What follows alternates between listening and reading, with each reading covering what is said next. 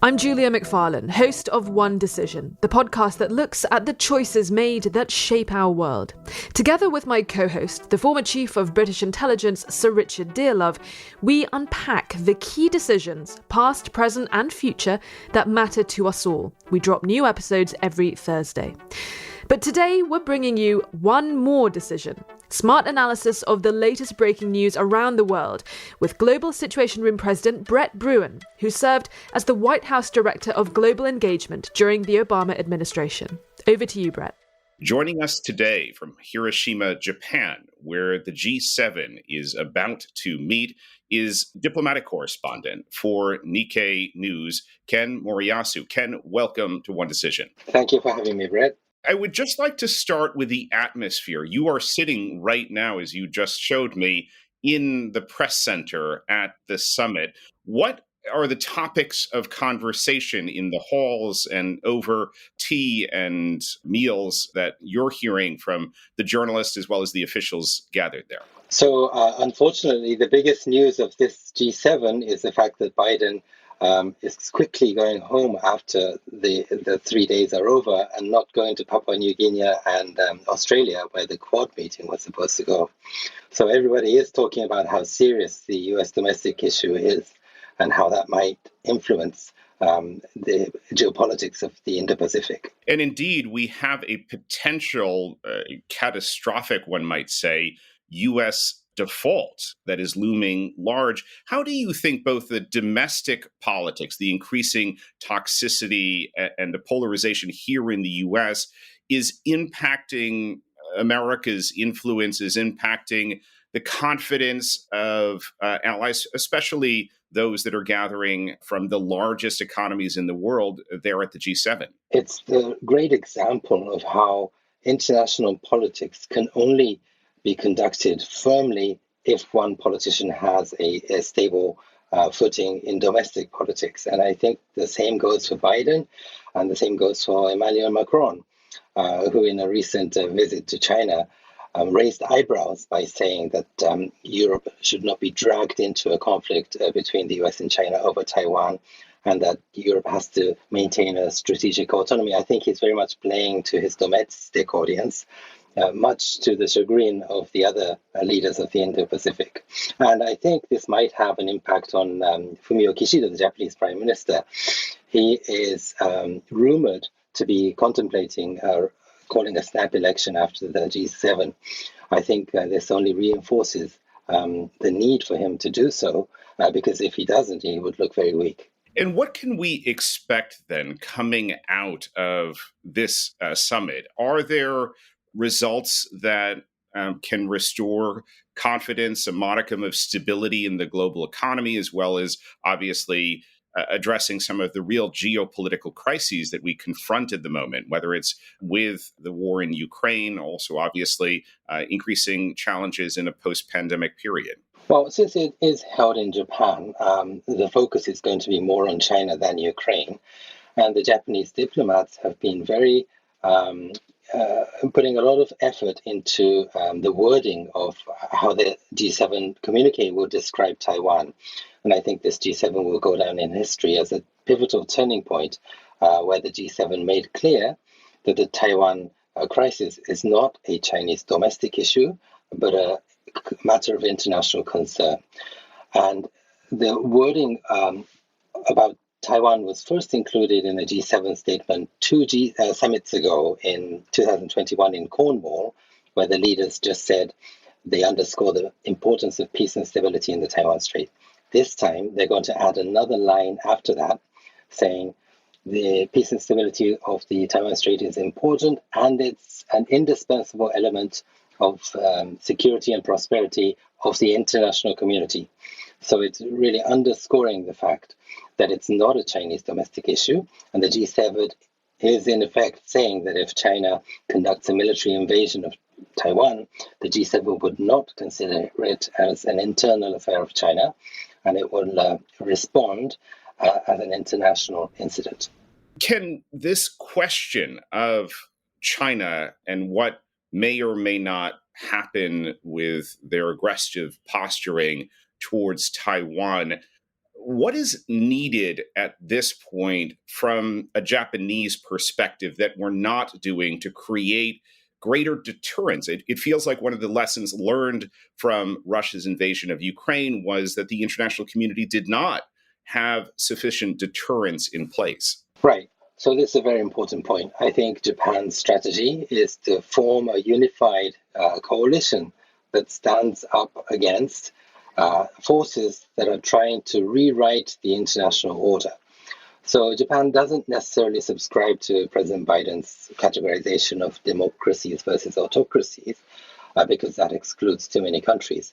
Japan is trying to make the dividing line between those countries that want to maintain this free, open, and stable international order, and those countries like China and Russia who believe that the current order is unfair, and therefore they need to create a new order that they are more comfortable in. Japan believes that such a new order will fit the Chinese Communist Party, but will be, in effect, something equivalent to might is right. So they're bigger, so they get more leeway. So Japan is not going to be comfortable in that order. So not only is Japan opposing the creation of an order, it's trying to prevent such an order from emerging. Can we talk a little bit about the military transformation that is taking place in Japan right now?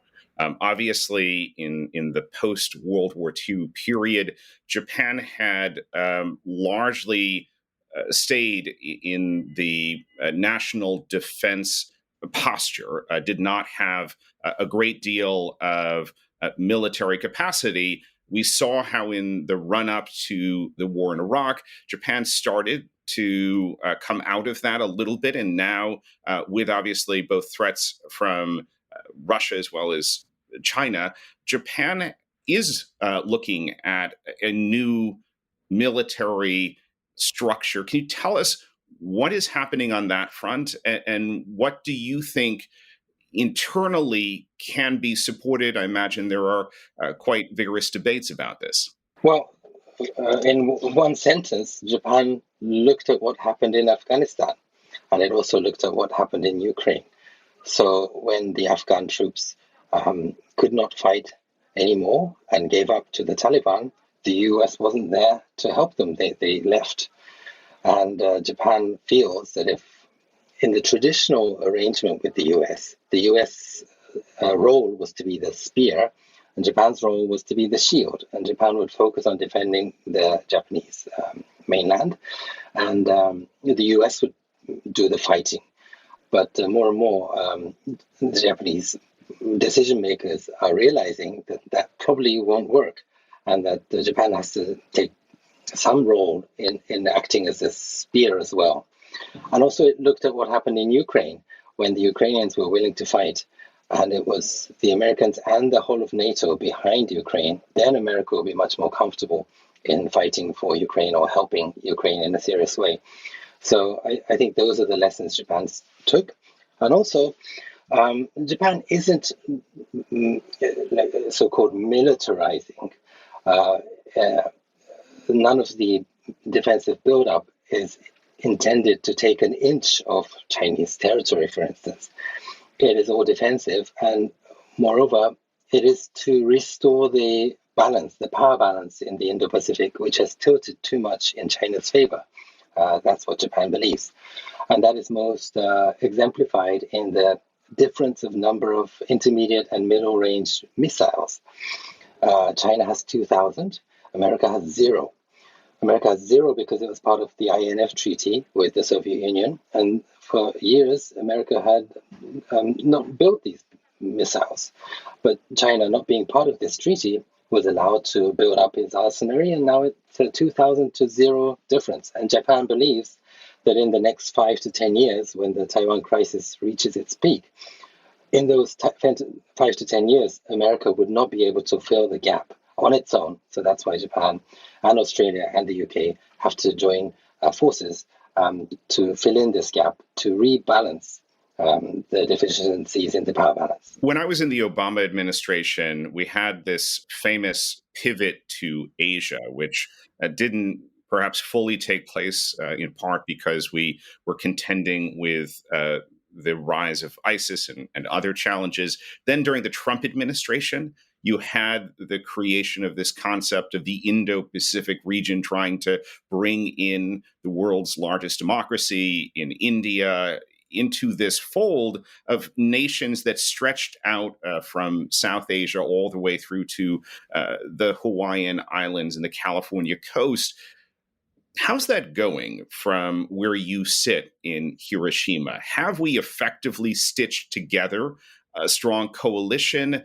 Does Japan see this coalition as a central part of its efforts, both to contain China as well as to cooperate on other economic and political fronts? Right. So the inclusion of India in the Quad and more and more joint exercises in the security front is very crucial in this chess game with China, and not because India will join the US and Japan in defending Taiwan, but because India itself has so much tension with China on the border and in the Himalaya mountains, that if in a time of Taiwan crisis, if India is strong on the Himalaya front, that creates a two-front problem for China, which would only benefit the US and Japan.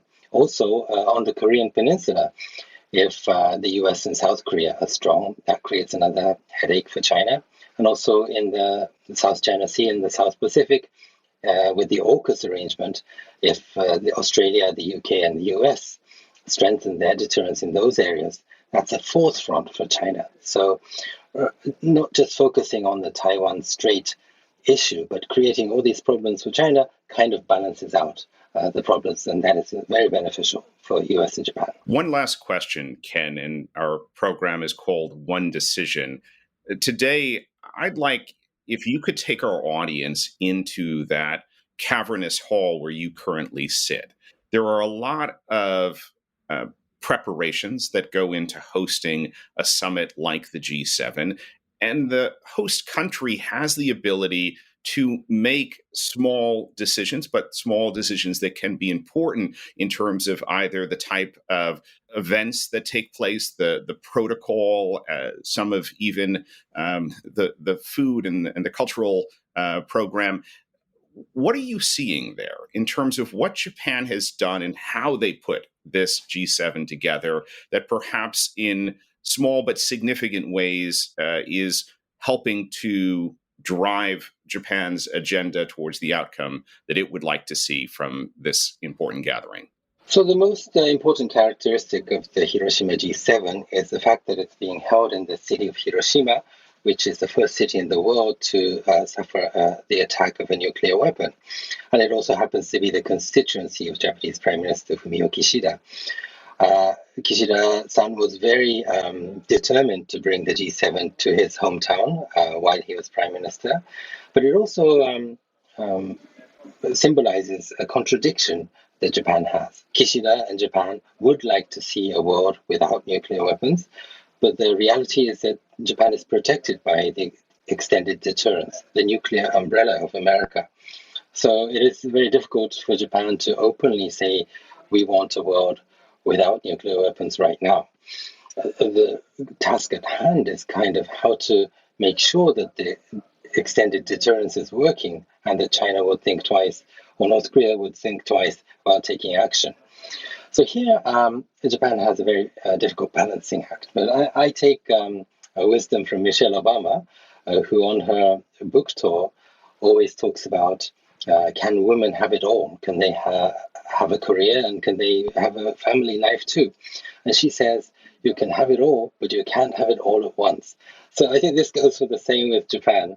Japan would like a world without nuclear weapons, but it can't have it right now. It will one day be able to survive this crisis that we're in now under the nuclear umbrella, but then reach a world without nuclear weapons, hopefully, in the future.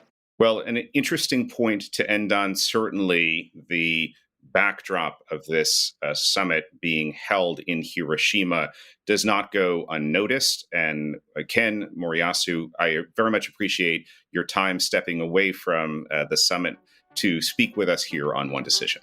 Thank you very much for having me. That's it from this world update from the One Decision podcast. If you enjoyed this little conversation, why not check out our channel for our main offerings, which drop every Thursday. Just search One Decision wherever you find your podcasts. From me and the team, thank you for listening and see you next time.